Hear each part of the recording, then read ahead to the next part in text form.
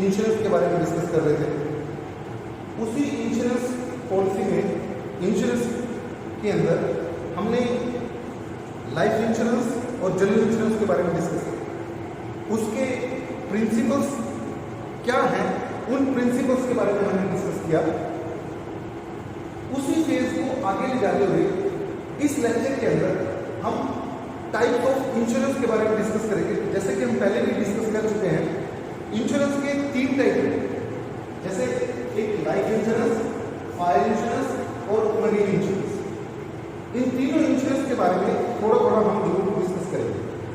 सबसे इंपॉर्टेंट चीज क्या है कि हमने इन इंश्योरेंस से रिलेटेड जो प्रिंसिपल्स हैं, क्योंकि अभी तक जो हमने प्रिंसिपल्स डिस्कस किए थे वो हमारे जनरल प्रिंसिपल थे।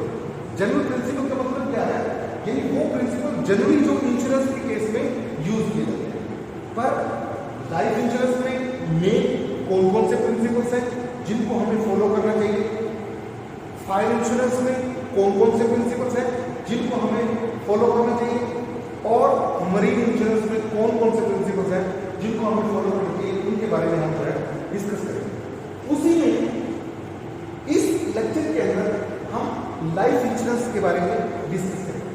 बच्चों, आपको पता है इंश्योरेंस जो है एक जनरल इंश्योरेंस होता है और एक लाइफ का इंश्योरेंस होता है। यानी ह्यूमन बीइंग जब अपना इंश्योरेंस करवाता है तो उसको लाइफ इंश्योरेंस बोलते हैं। और इन दोनों में हमने डिफरेंस भी देखा था।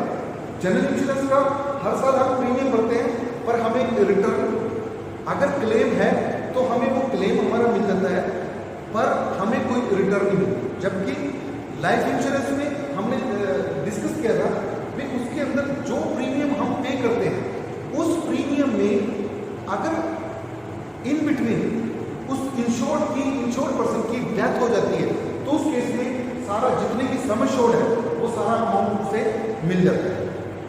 और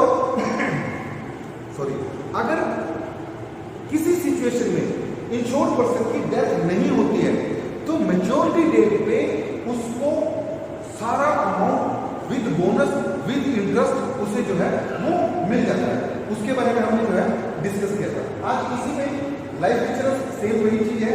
लाइफ इंश्योरेंस में क्या है, जब लाइफ का इंश्योरेंस करवाया जाता है, और लाइफ का इंश्योरेंस हमने ये भी पढ़ा था भाई इसमें कितनी भी कंपनी से हम कितने भी इंश्योरेंस पॉलिसी ले सकते हैं, सबका प्रीमियम हमें जो है वो भरना पड़ता है। जनरल इंश्योरेंस के अंदर एनुअल प्रीमियम भरा जाता है, जबकि लाइफ इंश्योरेंस के अंदर हमें जो है वो क्वार्टरली, हाफ ईयरली और एनुअली किसी तरह से जो भी ऑप्शन हम ऑप्ट करते हैं उसके हिसाब से हम प्रीमियम जो है वो ले सकते हैं। अब इसके अंदर देखिए, इसमें सिंपल क्या कहते हैं, under this the insurance insured pays some fixed instalment in the form of premium to the insurer. Insure हमने पढ़ा था, इंश्योर और इंश्योरर में पढ़ा था। इंश्योरर कौन होता है, जो इंश्योरेंस करता है, जो कंपनी इंश्योरेंस करती है, और इंश्योर कौन होता है, जिसका इंश्योरेंस किया जाता है। वो एक फिक्स्ड अमाउंट हर साल वो क्वार्टरली, हाफ ईयरली, एनुअली जो भी उसने ऑप्शन ले रखी है उसके हिसाब से वो प्रीमियम जो है, प्रीमियम चार्जेस जो है वो भरता रहता है। उसके बाद या तो डेथ हो जाए, डेथ ऑफ इंश्योर्ड, या फिर उसकी मेच्योरिटी डेट आ जाए, यानी वो उसकी डेथ ना हो, मेच्योरिटी डेट आ जाए तो उसको इंश्योर्ड पर्सन को जो है सारा अमाउंट मिल जाता है। उसको हम लाइफ इंश्योरेंस पॉलिसी के अंदर इंक्लूड करते हैं। अब लाइफ इंश्योरेंस पॉलिसी लेने के हमारे ऑब्जेक्टिव्स क्या है। अब यहाँ पे बेटे जब ऑब्जेक्टिव्स की बात आती है तो बेटे ध्यान रखना, ऑब्जेक्टिव्स भी इसके जो है मेन वही ऑब्जेक्टिव्स हैं जिनको हम पहले डिस्कस कर चुके हैं। ये ऑब्जेक्टिव्स के 2 ऑब्जेक्टिव हैं। सबसे पहला ऑब्जेक्टिव है जो लाइफ पॉलिसी है, इसका सबसे पहला ऑब्जेक्टिव प्रोटेक्शन ऑब्जेक्टिव, दूसरा है इन्वेस्टमेंट ऑब्जेक्टिव, यानी प्रोटेक्शन ऑब्जेक्टिव और investment objective.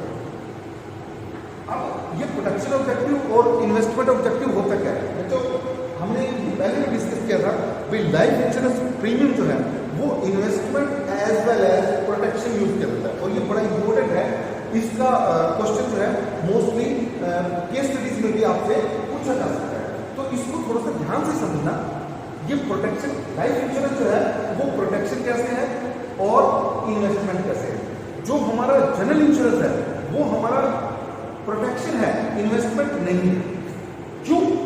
Life insurance protection कैसे है, सपोज इंश्योर्ड ने अपना इंश्योरेंस करवाया और वो इंश्योरेंस प्रीमियम उसने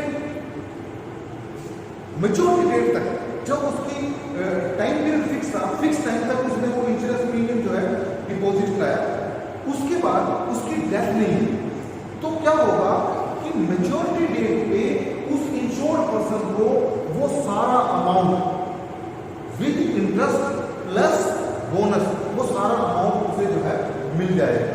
और इन बिटवीन अगर उसकी डेथ हो जाती है तो उसके रिप्रेजेंटेटिव को या नॉमिनी को वो सारा अमाउंट विद बोनस जो है, वो जो सम एश्योर्ड है वो सारा अमाउंट जो है उसके नॉमिनी को जो है वो मिल जाएगा। इसीलिए इसके अंदर हम क्या कहते हैं, इसको प्रोटेक्शन भी बोलते हैं और इन्वेस्टमेंट भी बोलते हैं। प्रोटेक्शन कैसे करता है ये, क्योंकि हमने अपनी लाइफ के रिस्क को कवर कर दिया। अगर सपोज इन बिटवीन हमारी इंश्योर्ड पर्सन की डेथ हो जाती है तो उसके रिप्रेजेंटेटिव को जो है वो सम एश्योर्ड मिल जाती है। सपोज मैं एग्जांपल देता हूँ, किसी पर्सन ने 1 करोड़ रुपए का इंश्योरेंस करवाया और प्रीमियम उसने जैसे ही उसने 1 प्रीमियम भरा उसकी डेथ हो गई, तो ये श्योर है कि उसके रिप्रेजेंटेटिव को 1 करोड़ रुपया मिल जाएगा, चाहे उसने 1 प्रीमियम पे किया, चाहे 10 प्रीमियम पे किया, चाहे 50 प्रीमियम पे किया, उसकी लाइफ जो है पहले किस्त भरने से लेके और लास्ट तक इंश्योर हो जाती है, प्रोटेक्ट हो जाती है। तो उसको जो है उसके नॉमिनी को जो है 1 लाख रुपए मिल जाएगा। दूसरा वो कहता है इन्वेस्टमेंट कैसे है, क्योंकि बच्चों देखिए हम हर साल प्रीमियम भरते हैं, हम क्या करते हैं भाई लाइफ इंश्योरेंस प्रीमियम जो है वो हमारा एक्सपेंसिव है, पर एक्चुअल में ये एक्सपेंसिव नहीं है, ये हमारी इन्वेस्टमेंट है। इन्वेस्टमेंट कैसे है, अब आप टिल एंड तक जो है वो प्रीमियम भरते जाओगे और मैच्योरिटी डेट तक अगर इंश्योर्ड पर्सन की डेथ नहीं हुई है तो उस सिचुएशन के अंदर आप क्या करोगे, उस इंश्योर्ड पर्सन को वो सारा अमाउंट जो उसने एज प्रीमियम उस पॉलिसी के अंदर डिपॉजिट कराया है वो सारा amount with interest plus bonus वो सारा अमाउंट उसको जो है मिल जाएगा। इसीलिए इसको जो है protection as well as investment बोला जाता है। होपफुली बच्चों आपको ये चीज समझ में आ गई होगी, प्रोटेक्शन कैसे है और इन्वेस्टमेंट कैसे है। जब भी how insurance, life insurance is protection as well as investment. अगर आपके पास इस टाइप का क्वेश्चन आ जाता है तो बच्चों ध्यान रखना, आपने उसमें पहले हाउ इट इज प्रोटेक्शन उसके बारे में बताना है, फिर हाउ इट इज इन्वेस्टमेंट उसके बारे में बताना है और फिर लास्ट में कंक्लूड कर देना है, तो वो आपका जो है एग्जैक्ट आंसर होगा।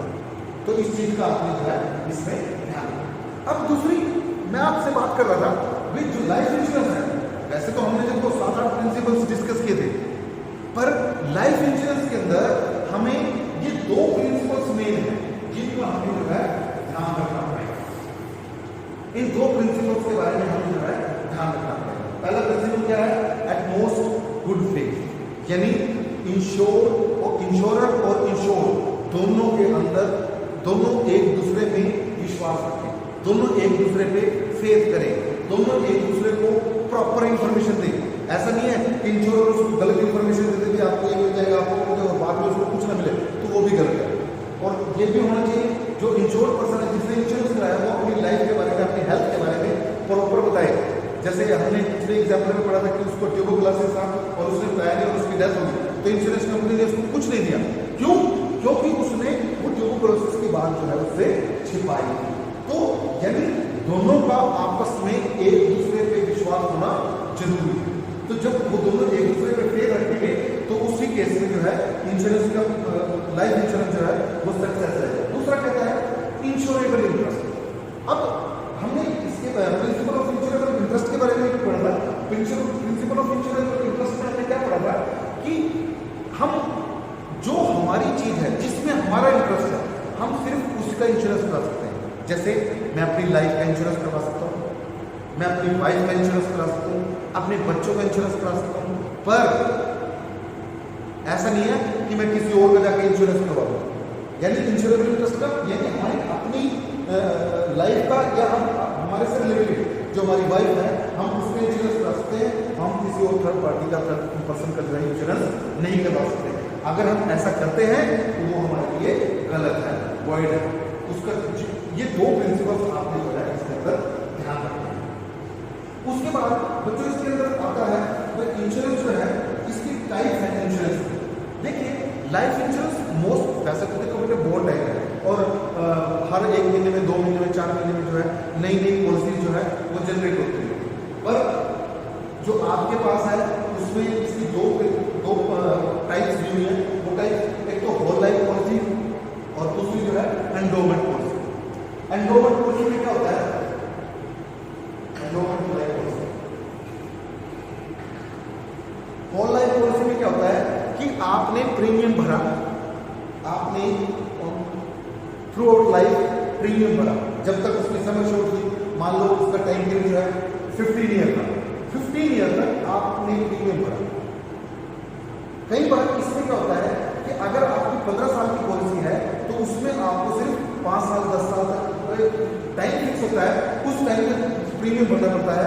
उसके बाद आपको प्रीमियम भरने की जरूरत नहीं होती और जैसे ही इसकी मेच्योरिटी डेट आती है आपको सारा अमाउंट जो है साथ मिल जाता है। और अगर मान लो डेथ हो जाती है तो भी मेच्योरिटी डेट जो होती है उसका अमाउंट जो है मेच्योरिटी डेट के लिए आपके रिप्रेजेंटेटिव को मिलेगा होल लाइफ पॉलिसी में। जैसे इसकी उस टाइप की है लिमिटेड पीरियड, एक स्पेसिफिक पीरियड जैसे 10 साल 15 साल के लिए लिमिटेड पीरियड के बाद अगर बीच में डर तो लिमिटेड पीरियड के बाद ही आपको जो है वो प्रीमियम उसका जो है और उसकी समय शोध जो है वो मिलेगी, चाहे डेथ हो जाए चाहे आपकी पॉलिसी पूरी हो।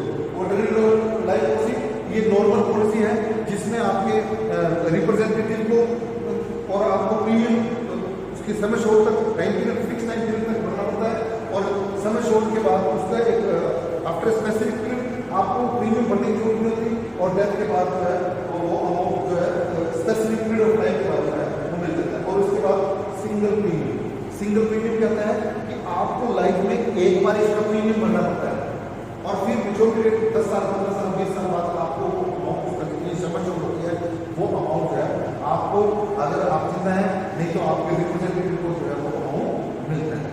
उसके बाद बात आती है endowment life policy. Endowment life policy में क्या होता है? सबसे पॉपुलर सबसे मोस्ट पॉपुलर चीज है ये, मोस्टली जो इंश्योर्ड है वो इसको इस पॉलिसी को यूज करते हैं। क्यों? इसमें जब डेथ हो जाती है उसके रिप्रेजेंटेटिव को उसी टाइम पैसा मिलता है। इसका प्रीमियम भी जो है होल लाइफ पॉलिसी से प्रीमियम केस से जो है वो कंपैरेटिवली ज्यादा होता है।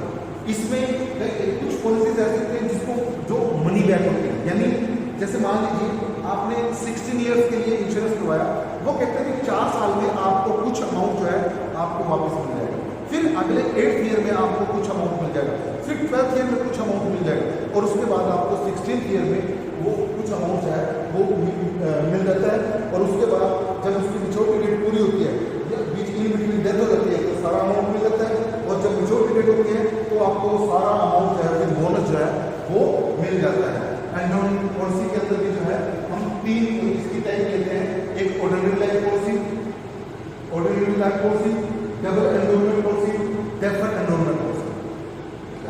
इसके अंदर ऑर्डिनरी उसमें क्या होता है कि सिंपल हम प्रीमियम भरते हैं और जब भी डेथ होती है उसके रिप्रेजेंटेटिव को अमाउंट मिल जाता है। अगर उसकी टाइम पीरियड पूरा हो जाता है तो उसको ही सारा अमाउंट जो है मिल जाता है। डबल एंडोमेंट पॉलिसी का मतलब क्या है? इसको मनी बैक के अंदर भी जो है इंक्लूड किया जाता है, उसको इंस्टॉलमेंट में कुछ अमाउंट मिलता रहता है और मेच्योरिटी डेट पे उसको जो है मैक्सिमम अमाउंट सारा अमाउंट जो है वो मिल जाता है। और डेफर्ड एंडोमेंट पॉलिसी में क्या होता है?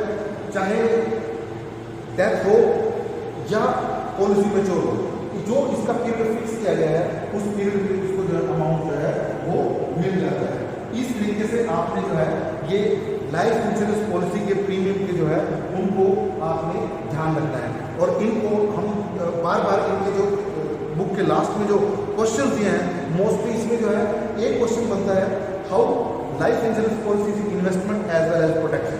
कई बार इसमें पूछता है, कई बार वो सिर्फ आपको लाइफ इंश्योरेंस प्रीमियम के अंदर जो प्रिंसिपल्स दिए हैं उन प्रिंसिपल्स के बारे में पूछ रहता है तो आपको सिर्फ उन्हीं प्रिंसिपल्स को एक्सप्लेन करना है, दूसरे प्रिंसिपल्स आपके गलत होते हैं। इन चीज़ों को आपने जो है ध्यान रखना है और प्रॉपरली इसका जो है वो काम करने की कोशिश करना है, तो उससे क्या होगा कि आप जो है प्रॉपरली इसको कर सकोगे। नेक्स्ट हम उसके अंदर दूसरा लाइफ इंश्योरेंस के बारे में, फायर इंश्योरेंस के बारे में डिस्कस करेंगे। Thank you.